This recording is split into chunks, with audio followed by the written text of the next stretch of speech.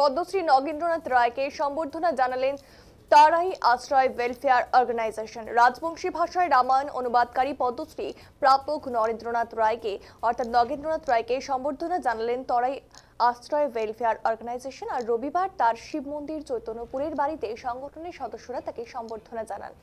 এদিন প্রথমেই উত্তরীয় ও পুষ্পস্তবক দিয়ে তাকে বরণ করে নিতে তার হাতে স্মারক তুলে দেন সংগঠনের সদস্যরা। পদ্মশ্রী নগেন্দ্রনাথ রায় রাজবংশী জাতি তথা আগামী প্রজন্মকে দিশা দেখাবে বলে জানান সংগঠনের সদস্যরা। এদিন উপস্থিত ছিলেন সংগঠনের সভাপতি হেমন্ত সিনহা এবং সহ সভাপতি চন্দ্রমোহন সিংহ, তার সাথে চন্দন বর্মন ও সুনীত কুমার সাহা সহ অন্যান্যরা। আমরা অর্গানাইজেশনের সকল সদস্য মিলে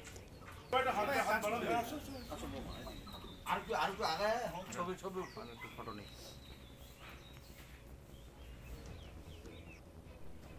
শ্রী কবি সাহিত্যিক নগেন্দ্রনাথ রায় মহাশয়কে তরাই আশ্রয় সোশ্যাল ওয়েলফেয়ার অর্গানাইজেশন।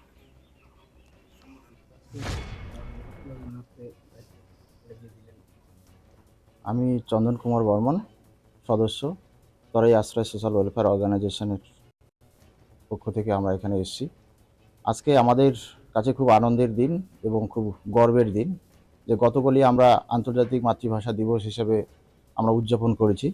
আজকে আমরা রাজবংশী ভাষায় উনি ভারত সরকার কর্তৃক পদ্মশ্রী সম্মান পেয়েছেন, তাকে সম্মাননা প্রদান করার জন্য আমরা আজকে ওনার বাড়িতে এসেছি।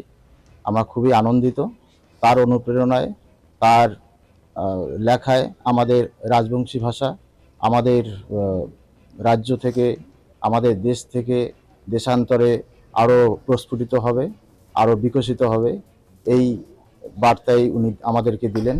এবং উনি যে ভালোবাসার বাণী আমাদেরকে শোনালেন সেটা আমরা সকলে মিলে বজায় রাখার চেষ্টা করব। ধন্যবাদ।